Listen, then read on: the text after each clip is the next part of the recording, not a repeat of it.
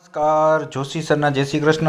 આજે આપણે B Ed semester 1 અંતર્ગત 2025માં જે નવો અભ્યાસક્રમ છે, નવી પેપર સ્ટાઇલ છે, એ પ્રમાણેનું એક મોડલ પેપર છે તેની ચર્ચા કરી લઈએ।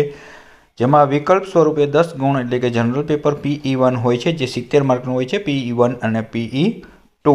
તો આજે એમાં આપણે PE1 પેપર જોઈ લઈએ કે નીચે આપેલા વિકલ્પને યોગ્ય વિકલ્પ પસંદ કરીને જવાબ આપો તો કોઈ પણ પરિસ્થિતિ સાથે ભળવું કે અનુકૂળ થઈને વર્તવું એટલે શું? તો કોઈ પણ પરિસ્થિતિ હોય એની સાથે ભળી જવું અને અનુકૂલન થઈ જાય એટલે કે આપણે ખબર પડી જાય અનુકૂલન થવું એટલે કે અનુકૂળ થઈને રહેવું, બરાબર છે। મનોવિજ્ઞાન એ નીચેનામાંથી શાનું શાસ્ત્ર છે?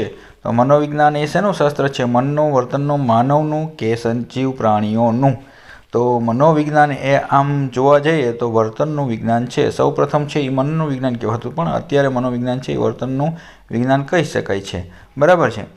શરીર કદ અને આકારમાં થતો ફેરફાર શું છે? તો શરીર કદ અને આકારમાં થતો ફેરફાર એ વૃદ્ધિ છે, બરાબર કે જેમાં શારીરિક એકમમાં માપી શકાય એ વૃદ્ધિ છે અને બાકી ના માપી શકાય એ વિકાસ છે। એક ક્ષેત્રમાં નિષ્ફળ જનાર વ્યક્તિ અન્ય ક્ષેત્રે સફળતા પ્રાપ્ત કરીને અહમ સંતોષે તો તેને શું કહેવાય?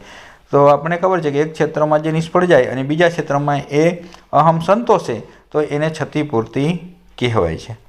વિદ્યાર્થીઓના માધ્યમિક શિક્ષણ સાથે સંકળાયેલી અવસ્થા કઈ છે? તો માધ્યમિક શિક્ષણ એટલે તમે જોઈ શકો છો એટલે ગણતરી કરી લેવાની, તમને આમાં વર્ષ ન આપેલા હોય તો પણ તમને ખ્યાલ આવી જાય કે તરુણાવસ્થા આવે, પણ તેમ છતાં તમે ગણી લો 5 વર્ષ અને માધ્યમિક શિક્ષણ એટલે 9, 10, તો 10 ને 5 15, 15 એટલે 17, તો 15-17 વર્ષ સાથે જોડાયેલી છે। તો આપણને ખબર 15-17 વર્ષ કે 17-18 વર્ષથી લઈને આપણો તરુણાવસ્થાનો ગાળો શરૂ થાય છે। નીચેનામાંથી કયું તત્વ બુદ્ધિના સ્વરૂપે સ્પષ્ટ કરે છે? તો બુદ્ધિ એટલે અનુકૂલન, બુદ્ધિ એટલે શીખવું, બુદ્ધિ એટલે ચિંતનશીલતા કે તમામ? તો ઉપરોક્ત તમામ આવશે। આમ જોવા જઈએ તો બુદ્ધિના સ્વરૂપને સ્પષ્ટ કરે છે એટલે કે અનુકૂલન થવું, શીખવું, ચિંતનશીલતા બધું બુદ્ધિ સાથે જોડાયેલું છે। જુદી જુદી વ્યક્તિઓના ધર્મ અંગેના વિચારો જુદા જુદા હોય છે અથવા ભિન્નતા કયા પ્રકારની છે? તો વિચારો જુદા હોય ધર્મ અંગે, મૂલ્યમાં ભિન્નતા, સાંવેગિકતા ભિન્નતા, વલણમાં ભિન્નતા, માનસિક ભિન્નતા। તો આ જોઈએ તો એના મૂલ્યોની વાત છે રહેલી છે, બરાબર છે, એમાં એની ભિન્નતા છે। પ્રવાસ પર્યટનમાં વિશેષ રુચિ આ લક્ષણ કયા વ્યક્તિત્વનું છે?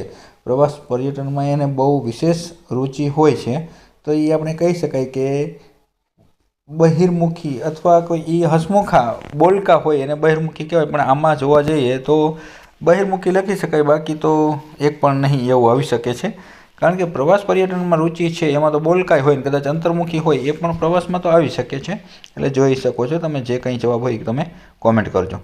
બાળક માતાનો અવાજ સાંભળીને તેની પાસે જવા દોડે છે, બ્રુનરે આપેલ સ્તરમાંથી કયા સ્તરમાં આવે છે? ક્રિયાત્મક, પ્રતિમાનાત્મક, સંકેતીકરણ કે એક પણ નહીં? તો આપણે કીધું કે અવાજ આવે સાંભળીને જવા દોડે છે તો એ સંકેતીકરણ છે। બ્રુનર બાળકના વિકાસ વિચારોને કેટલા સ્તરમાં વહેંચે છે? તો બ્રુનરના જે બાળકોને છે વિચારો કેટલા સ્તરમાં વહેંચે છે? તો 4 સ્તરમાં વહેંચે છે। નીચેના પ્રશ્નોના બ્રુનરવાળો કે કોઈ પણ તમને મોટા પ્રશ્ન પણ ટૂંકના સ્વરૂપે આપણી ચેનલમાં મળી જશે। નીચેના પ્રશ્ન હવે એક વાક્યના છે, 10 ગુણ હોય છે। વૃદ્ધિ અને વિકાસનો તફાવત મોસ્ટ એમપી હોય છે, આમાં તો એક મુદ્દો લખવાની વાત છે, પણ તમને કદાચ 3 માર્ક 2 માર્કમાં 3 માર્કમાં પણ પૂછી શકે છે। પરિપક્વતાની વ્યાખ્યા છે, માનવ વિકાસનો કોઈ પણ એક તબક્કો જણાવવાની વાત છે। અપાનુકૂલન સ્પષ્ટ થાય તેવું એક વાક્ય લખવાનું છે। દિવા સ્વપ્ન કોને કહેવાય? વ્યક્તિ તફાવતની સંકલ્પમાં સ્પષ્ટ કરો, બુદ્ધિનો શાબ્દિક અર્થ આપો અને પ્રતિક્ષિપ્ત ક્રિયાનું ઉદાહરણ આપો અને ZPDનું પૂરું નામ જણાવો અને નૈતિક તર્ક કોને કહેવાય? હવે આમાં 2 માર્કના ક્વેશ્ચન છે તે જોઈ લઈએ તો નીચેના પ્રશ્નો ટૂંકમાં ઉત્તર આપો, જેમાં શૈક્ષણિક મનોવિજ્ઞાન શિક્ષકને સાથી ઉપયોગી છે, પરિપક્વતાને અસર કરનારા કોઈ પણ એક પરિબળ વિશે સમજાવો, માનવ વિકાસ એટલે શું સ્પષ્ટ કરો, અનુકૂલિત વ્યક્તિની કોઈ પણ 2 લાક્ષણિકતાઓ વર્ણવો, બચાવ પ્રયુક્તિઓની શી જરૂરિયાત છે, તરુણાવસ્થાની સંકલ્પના શી છે, માનસિક સ્વાસ્થ્યને અસર કરનાર કોઈ પણ એક પરિબળ સમજાવો, વ્યક્તિત્વની સંકલ્પના લખો, બુદ્ધિઆંકનું સૂત્ર લખો, સ્કીમા કોને કહેવાય અને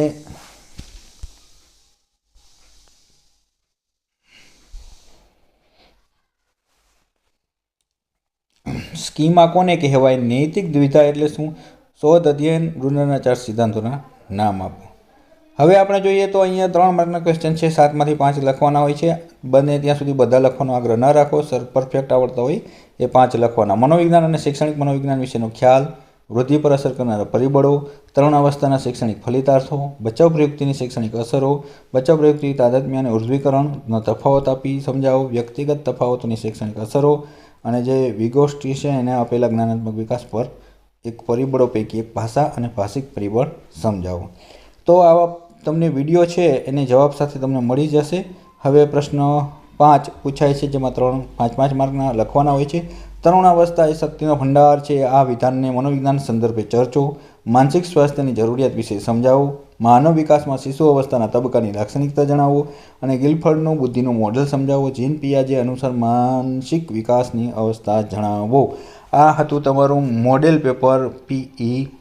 હવે તમારું બીજું પેપર છે PE2, જે જનરલ વિષય દરેકને લાગુ પડે છે. 3 કલાકનો સમય હોય, 70 ગુણનું પેપર હોય. નવી પેપર સ્ટાઇલ 2025 સૌરાષ્ટ્ર યુનિવર્સિટીને લગતું મોડેલ પેપર.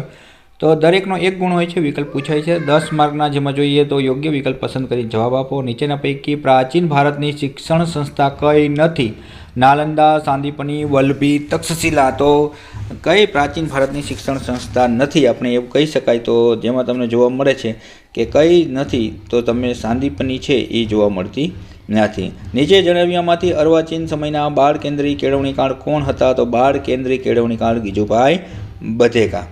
વર્ધા યોજના, તો વર્ધા યોજના આવે એટલે કે બીજું નામ નઈ તાલીમ, અને કોને આપેલી છે? ગાંધીજીએ આપેલી છે.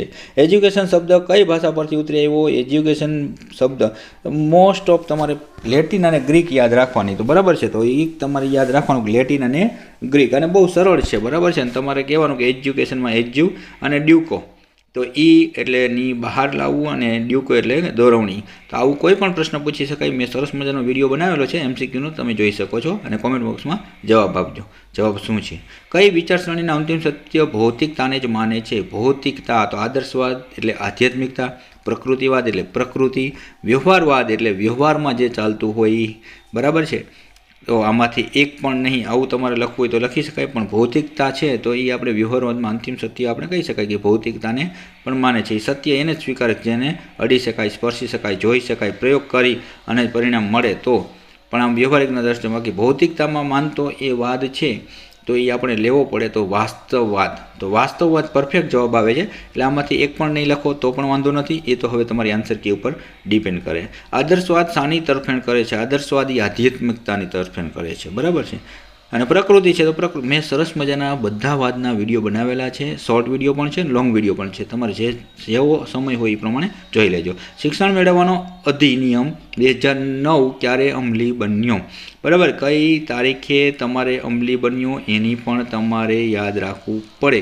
તો RTE 2009, RTI 2005 આ રીતના યાદ રાખેલું હોય. પણ તમારે 2009 આપેલું છે ને આમાં વિકલ્પ એટલા વિકર્ષકો નથી, એટલે તમે સીધો જ જોઈ લઈ શકો છો 1/4/2009. કારણ કે લખ્યું છે 2009, તો 2009નો બીજો કોઈ ઓપ્શન જ નથી આપ્યો. એટલે એક થોડીક પેપર સેટર માટે આપણે કહી શકાય કે મોડેલ પેપરમાં થોડી ભૂલ થઈ ગઈ છે. બાકી જવાબ 1/4/2009. 1947માં યુનિવર્સિટીઓની સંખ્યા કેટલી હતી? 17, 18, 19 કે 20? આનો જવાબ તમારે મને આપવો પડશે, કારણ કે આનું મેં ડીપમાં વાંચન હમણાં મને યાદ નથી.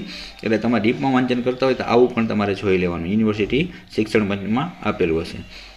લક્ષ્મણ સ્વામી મુદલિયાર કઈ યુનિવર્સિટીના ઉપકુલપતિ હતા? કઈ યુનિવર્સિટીના ઉપકુલપતિ હતા? તો મદ્રાસ યુનિવર્સિટી છે એના ઉપકુલપતિ હતા.